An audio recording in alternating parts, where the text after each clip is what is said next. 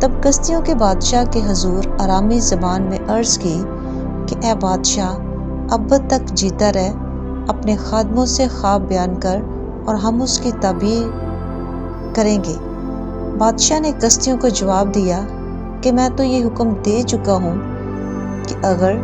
تم خواب نہ بتاؤ اور اس کی تعبیر نہ کرو تو ٹکڑے ٹکڑے کیے جاؤ گے اور تمہارے گھر مزبلہ ہو جائیں گے، لیکن اگر خواب اور اس کی تعبیر بتاؤ تو مجھ سے انعام اور صلہ اور بڑی عزت حاصل کرو گے، اس لیے خواب اور اس کی تعبیر مجھ سے بیان کرو۔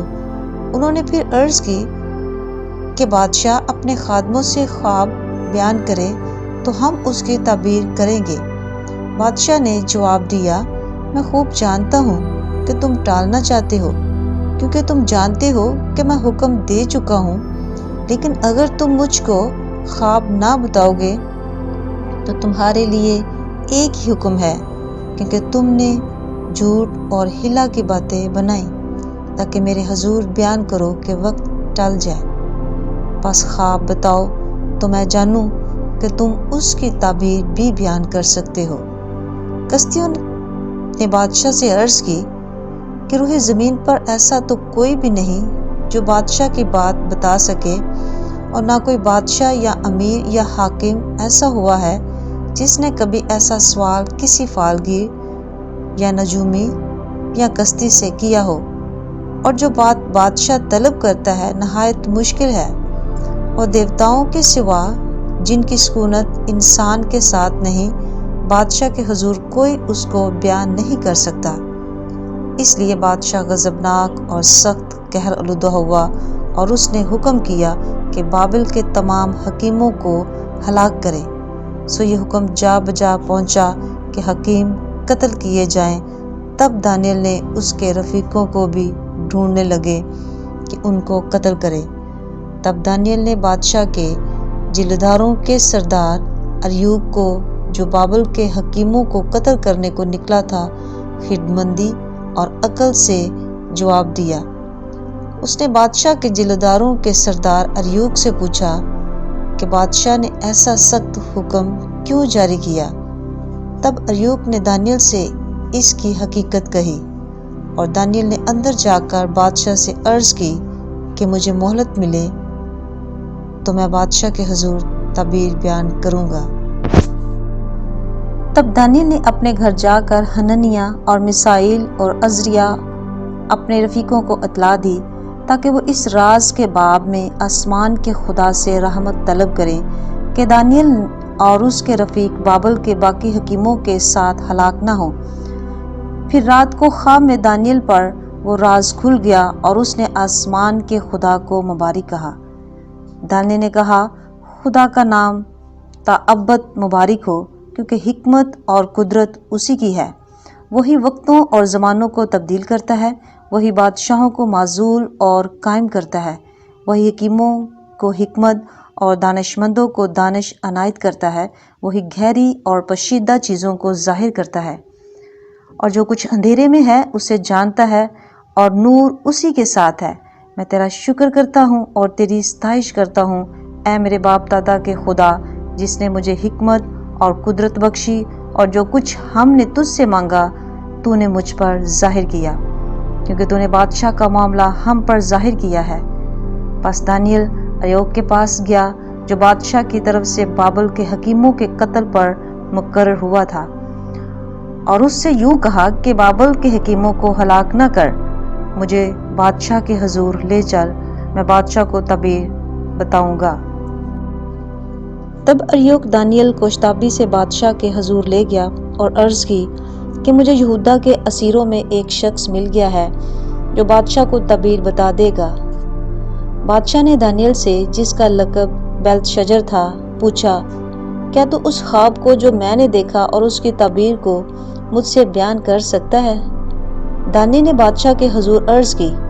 کہ وہ بھید جو بادشاہ نے پوچھا حکمہ اور نجومی اور جادوگر اور فالگیر بادشاہ کو بتا نہیں سکتے،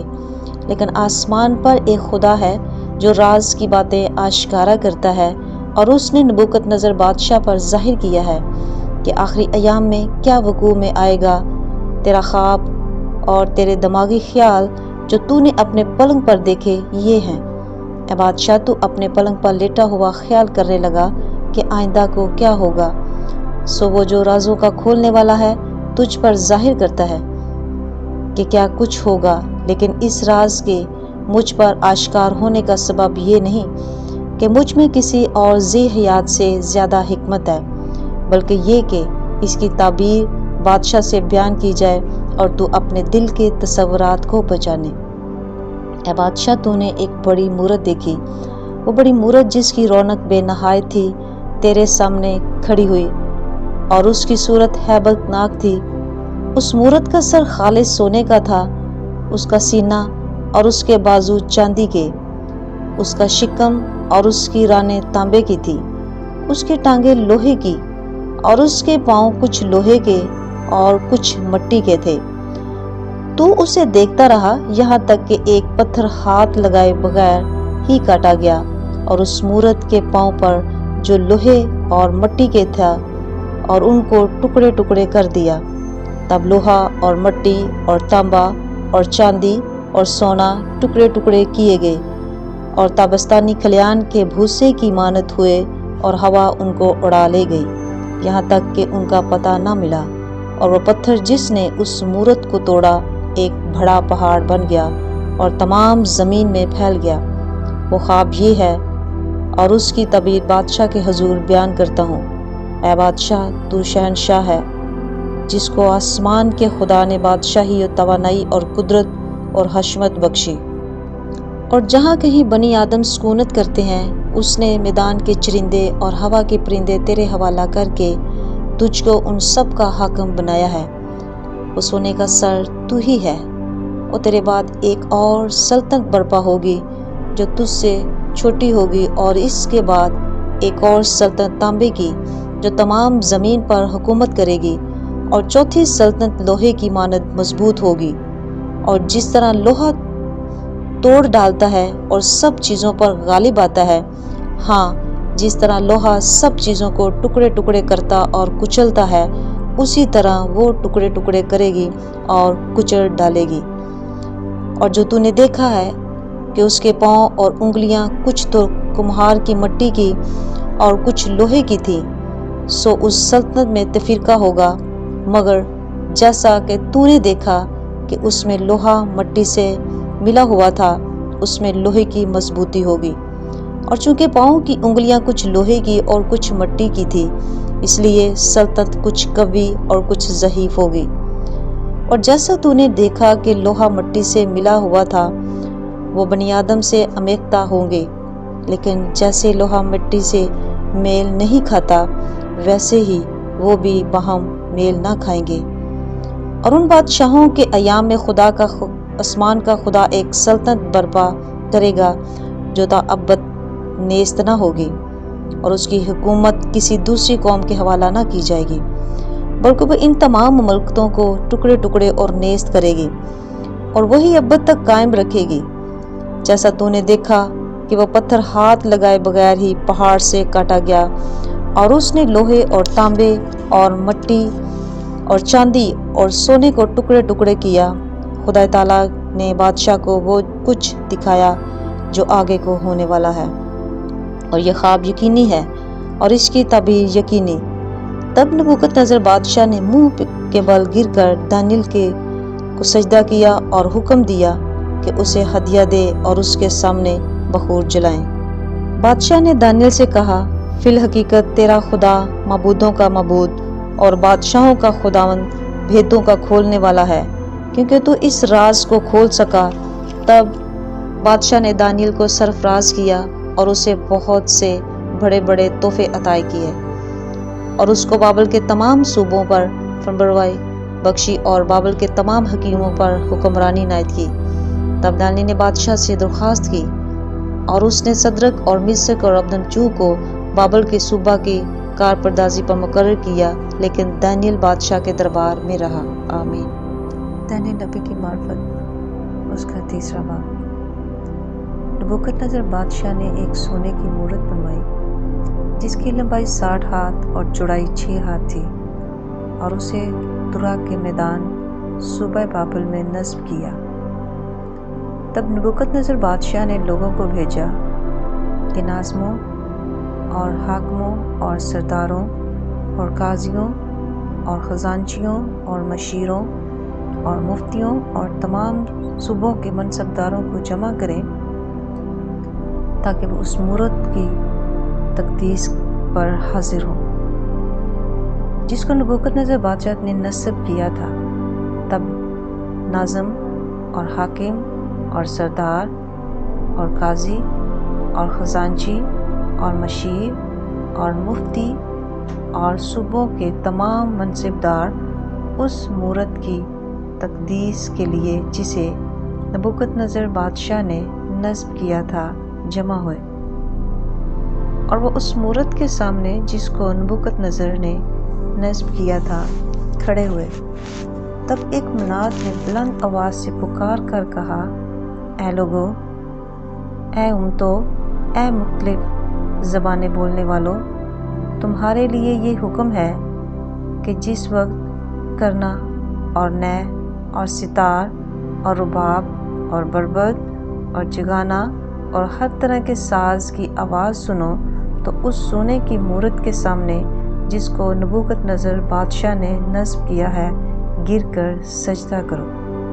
اور جو کوئی گر کر سجدہ نہ کرے اسی وقت آگ کی جلتی بھٹی میں ڈالا جائے گا۔ اس لیے جس وقت سب لوگوں نے کرنا اور نے اور ستار اور رباب اور بربط اور ہر طرح کے ساز کی آواز سنی تو سب لوگوں اور امتوں اور مختلف زبانیں بولنے والوں نے اس مورت کے سامنے جس کو نبوکدنضر بادشاہ نے نصب کیا تھا گر کر سجدہ کیا۔ بس اس وقت چند کسیوں نے آ کر یہودیوں پر الزام لگایا۔ انہوں نے نبوکدنضر بادشاہ سے کہا، اے بادشاہ اب تک جیتا رہ۔ اے بادشاہ، تو نے یہ فرمان جاری کیا ہے کہ جو کوئی کرنا اور نے اور ستار اور رباب اور بربط اور جگانا اور ہر طرح کے ساز کی آواز سنے گر کر سونے کی مورت کو سجدہ کرے، اور جو کوئی گر کر سجدہ نہ کرے آگ کی جلتی بھٹی میں ڈالا جائے گا۔ اب چند یہودی ہیں جن کو تو نے بابل کے صوبہ کی کارپردازی پر معین کیا ہے، یعنی صدرک اور میشک اور عبدنجو۔ ان آدمیوں نے اے بادشاہ تیری تعظیم نہیں کی، وہ تیرے معبودوں کی عبادت نہیں کرتے اور اس سونے کی مورت کو جسے تو نے نصب کیا ہے سجدہ نہیں کرتے۔ تب نبوکدنضر نے قہر و غضب سے حکم کیا کہ صدرک اور میشک اور عبدنجو کو حاضر کریں، اور انہوں نے ان آدمیوں کو بادشاہ کے حضور حاضر کیا۔ نبوکدنضر نے ان سے کہا، اے صدرک اور میشک اور عبدنجو، کیا یہ سچ ہے کہ تم میرے معبودوں کی عبادت نہیں کرتے ہو اور اس سونے کی مورت کو جسے میں نے نصب کیا ہے سجدہ نہیں کرتے؟ اب اگر تم مستعد رہو کہ جس وقت کرنا اور نے اور ستار اور رباب اور بربط اور جگانا اور ہر طرح کے ساز کی آواز سنو تو اس مورت کے سامنے جو میں نے بنوائی ہے گر کر سجدہ کرو تو بہتر، پر اگر سجدہ نہ کرو گے تو اسی وقت آگ کی جلتی بھٹی میں ڈالے جاؤ گے، اور کون سا معبود تم کو میرے ہاتھ سے چھڑائے گا؟ صدرک اور میشک اور عبدنجو نے بادشاہ سے عرض کی کہ اے نبوکدنضر، اس امر میں ہم تجھے جواب دینا ضروری نہیں سمجھتے۔ دیکھ، ہمارا خدا جس کی ہم عبادت کرتے ہیں ہم کو آگ کی جلتی بھٹی سے چھڑانے کی قدرت رکھتا ہے، اور اے بادشاہ وہی ہم کو تیرے ہاتھ سے چھڑائے گا، اور نہیں تو اے بادشاہ تجھے معلوم ہو کہ ہم تیرے معبودوں کی عبادت نہیں کریں گے اور اس سونے کی مورت کو جو تو نے نصب کی ہے سجدہ نہیں کریں گے۔ تب نبوکدنضر بادشاہ قہر سے بھر گیا اور اس کے چہرے کا رنگ اور صدرک اور میشک اور عبدنجو پر مبدل ہوا، اور اس نے حکم دیا کہ بھٹی کی آنچ معمول سے 7 گنا زیادہ کرے، اور اس نے اپنے لشکر کے چند زور آور پہلوانوں کو حکم کیا کہ صدرک اور میشک اور عبدنجو کو باندھ کر آگ کی جلتی بھٹی میں ڈال دیں۔ تب یہ مرد اپنے زیر جاموں اور قمیضوں اور عماموں سمیت باندھے گئے اور آگ کی جلتی بھٹی میں پھینک دیے گئے۔ بس چونکہ بادشاہ کو حکم تاکیدی تھا اور بھٹی کی آنچ نہایت تیز تھی، اس لیے صدرک اور مسک اور عبدالنجو کو اٹھانے والے آگ کے شعلوں سے ہلاک ہو گئے، اور یہ تین مرد یعنی صدرک اور مسک اور عبدالنجو بندھے ہوئے آگ کی جلتی بھٹی میں جا پڑے۔ تب نبوکدنضر بادشاہ سراسیمہ ہو کر جلد اٹھا اور ارکان دولت سے مخاطب ہو کر کہنے لگا، کیا ہم نے تین شخصوں کو بندھوا کر آگ میں نہیں ڈلوایا؟ انہوں نے جواب دیا کہ بادشاہ نے سچ فرمایا ہے۔ اس نے کہا، دیکھو، میں 4 شخص آگ میں کھلے پھرتے دیکھتا ہوں اور ان کو کچھ ضرر نہیں پہنچا، اور چوتھے کی صورت اعلیٰ کی سی ہے۔ تب نبوکدنضر نے آگ کی جلتی بھٹی کے دروازہ پر آ کر کہا، اے صدرک اور مسک اور عبدالنجو، خدا تعالیٰ کے بندو، باہر نکلو اور ادھر آؤ۔ پس صدرک اور مسک اور عبدالنجو آگ سے نکل آئے۔ تب ناظموں اور حاکموں اور سرداروں اور بادشاہ کے مشیروں نے فراہم ہو کر ان شخصوں پر نظر کی اور دیکھا کہ آگ نے ان کے بدنوں پر کچھ تاثیر نہ کی، اور ان کے سر کا ایک بال بھی نہ جلایا، اور ان کی پوشاک میں مطلق فرق نہ آیا، اور ان سے آگ سے جلنے کی بو بھی نہ آتی تھی۔ پس نبوکدنضر نے پکار کر کہا کہ صدرک اور مسک اور عبدالنجو کا خدا مبارک ہو، جس نے اپنا فرشتہ بھیج کر اپنے بندوں کو رہائی بخشی، جنہوں نے اس پر توکل کر کے بادشاہ کے حکم کو ٹال دیا اور اپنے بدنوں کو نثار کیا کہ اپنے خدا کے سوا کسی دوسرے معبود کی عبادت اور بندگی نہ کریں۔ اس لیے میں یہ فرمان جاری کرتا ہوں کہ جو قوم یا امت یا اہل لغت صدرک اور مسک اور عبدالنجو کے خدا کے حق میں کوئی نامناسب بات کہے، ان کے ٹکڑے ٹکڑے کیے جائیں گے اور ان کے گھر مزبلہ ہو جائیں گے، کیونکہ کوئی دوسرا معبود نہیں جو اس طرح رہائی دے سکے۔ پھر بادشاہ نے صدرک اور مسک اور عبدالنجو کو صوبہ بابل میں سرفراز کیا۔ دانیہ نبی کا صحیفہ، اس کا 4واں باب۔ نبوکدنضر بادشاہ کی طرف سے تمام لوگوں، امتوں اور اہل لغت کے لیے جو تمام روح زمین پر سکونت کرتے ہیں، تمہاری سلامتی افزون ہو۔ میں نے مناسب جانا کہ ان نشانوں اور عجائب کو ظاہر کروں جو خدا تعالیٰ نے مجھ پر اشکارا کیے ہیں۔ اس کے نشان کیسے عظیم اور اس کے عجائب کیسے مہیب ہے۔ اس کی مملکت ابدی مملکت ہے اور اس کی سلطنت پشت در پشت۔ میں نبوکدنضر اپنے گھر میں مطمئن اور اپنے قصر میں کامران تھا۔ میں نے ایک خواب دیکھا جس سے میں ہراسان ہو گیا، اور ان تصورات سے جو میں نے پلنگ پر کیے اور ان خیالوں سے جو میرے دماغ میں آئے مجھے پریشانی ہوئی۔ اس لیے میں نے فرمانے جاری کیا کہ بابل کے تمام حکیم میرے حضور حاضر کیے جائیں تاکہ مجھ سے اس خواب کی تعبیر بیان کریں۔ چنانچہ ساحر اور نجومی اور قصدی اور فالگیر حاضر ہوئے، اور میں نے ان سے اپنے خواب کا بیان کیا، پر انہوں نے اس کی تعبیر مجھ سے بیان نہ کی۔ آخرکار دانیل میرے سامنے آیا، جس کا نام بیلتشجر ہے، جو میرے معبود کا بھی نام ہے۔ اس میں مقدس الہوں کی روح ہے۔ پس میں نے اس کے روبرو خواب کا بیان کیا اور کہا،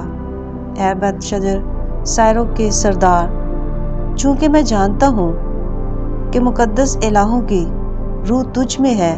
اور کہ کوئی راز کی بات تیرے لیے مشکل نہیں، اس لیے جو خواب میں نے دیکھا اس کی کیفیت اور تعبیر بیان کر۔ پلنگ پر میرے دماغ کی رویا یہ تھی، میں نے نگاہ کی اور کیا دیکھتا ہوں کہ زمین کے وسط میں ایک نہایت اونچا درخت ہے۔ وہ درخت بڑھا اور مضبوط ہوا اور اس کی چوٹی آسمان تک پہنچی اور وہ زمین کی انتہا تک دکھائی دینے لگا۔ اس کے پتے خوشنما تھے اور میوہ فراوان تھا، اور اس میں سب کے لیے خوراک تھی۔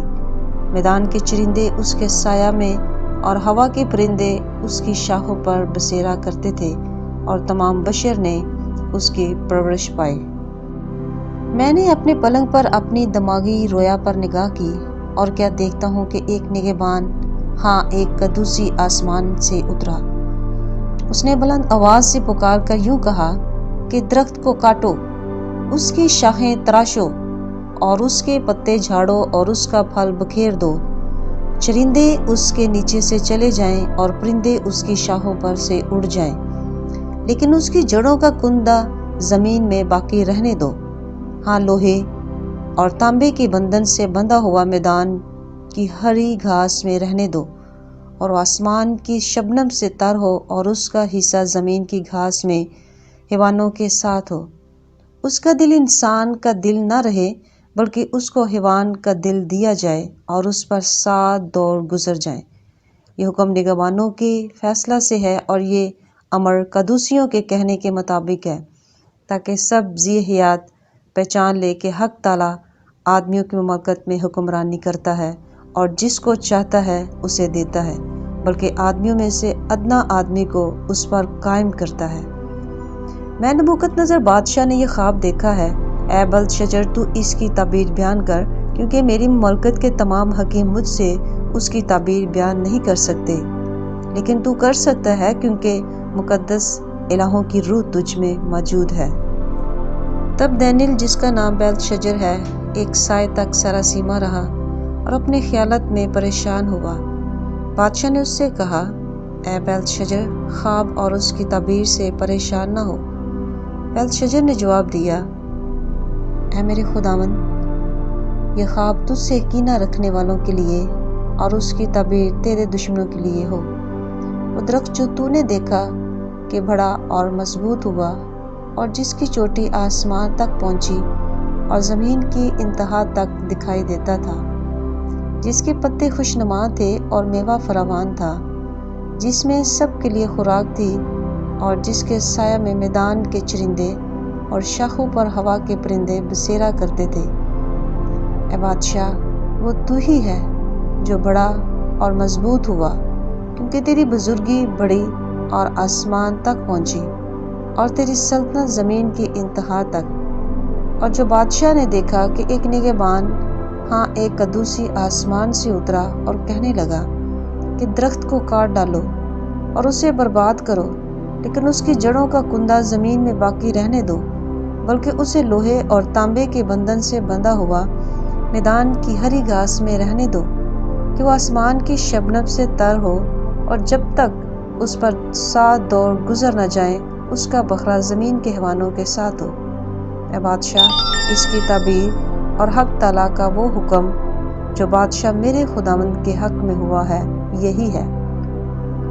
کہ تجھے آدمیوں میں سے ہانک کر نکال دیں گے اور تو میدان کے حیوانوں کے ساتھ رہے گا، اور تو بیل کی طرح گھاس کھائے گا